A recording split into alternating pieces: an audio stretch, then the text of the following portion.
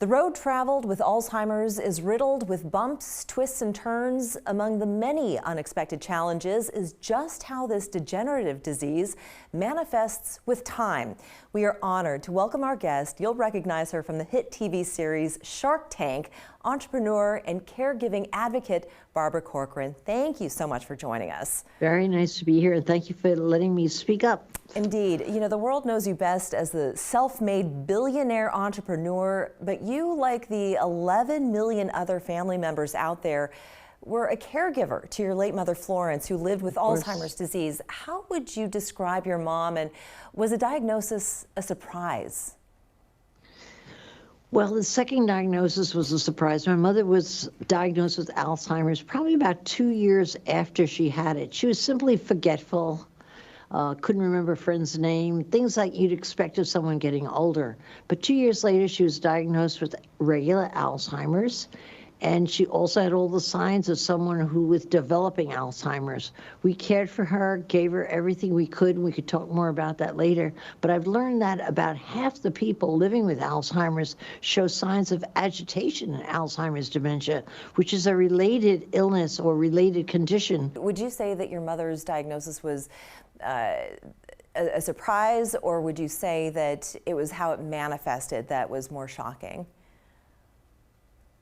We weren't surprised that she has Alzheimer's because my grandmother, who lived with us in our home was when we were being raised as children, had Alzheimer's. So we recognized the signs and we figured she was just following her mother's path. But what we weren't prepared for is a loving, sweet, darling mother who was forgetful would turn into someone else. She came to bits of crying, irritability, restlessness. She was wandering, she was shouting, she was asking in an angry way repetitive questions. And how did you deal with that condition? It sounds emotionally it would be very shocking and difficult. Draining. It was draining, yeah. Draining, and more than anything else, so sad, because we all have the image of our parents as we want them to be. Maybe it's a little Pollyanna, but my mother's image in our minds was never Pollyanna. She was a great mom. She raised 10 kids on a shoestring budget. She had endless love.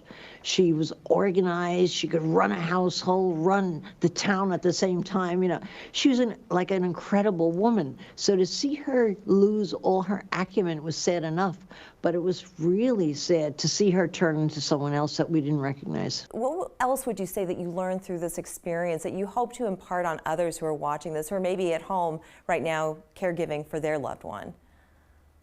I think it's very important not to go it alone. If you're the only caregiver, you might think you're alone, and it's your job to do that, but there are so many support groups that you could join, people going through the same thing that help each other. It happens all across the country, and you could just reach out and get that. If you visit recognizing-alzheimer's-agitation.com, it's a great resource of so much information. There's no reason to be in a vacuum and think, oh my God, I'm just here. How much longer will it be? And it's a long journey. Yeah. I mean, that's the other thing I learned. The 7 years felt like 50 years to me.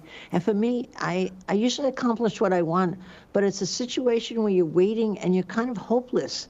And I'm not good at that. I started getting better at it, I guess. Yeah. But it's a terrible waiting game. A lot of people out there have very little, if not any family outside of the one person whom they're caregiving for.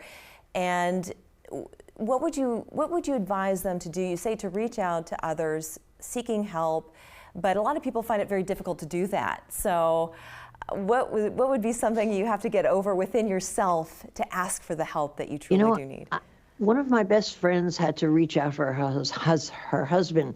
Probably took me about a year to convince her to reach out for help. Once she went to one meeting, she never stopped. She had a support group that rallied around. They laughed about the silliness of the things that can happen. They got some joy. They babysat for one another. It was really a collective group of care. If anyone wants to learn more information about your advocacy, is there a place where they can go to connect and learn more? The best website that I know of, it's called recognizing-alzheimer's-agitation.com, and it's loaded with information that most people know nothing about. Wonderful. Thank you so much, Barbara, for sharing with us. Thank you for listening to me. Absolutely. Okay. Thank you. We'll be back after this.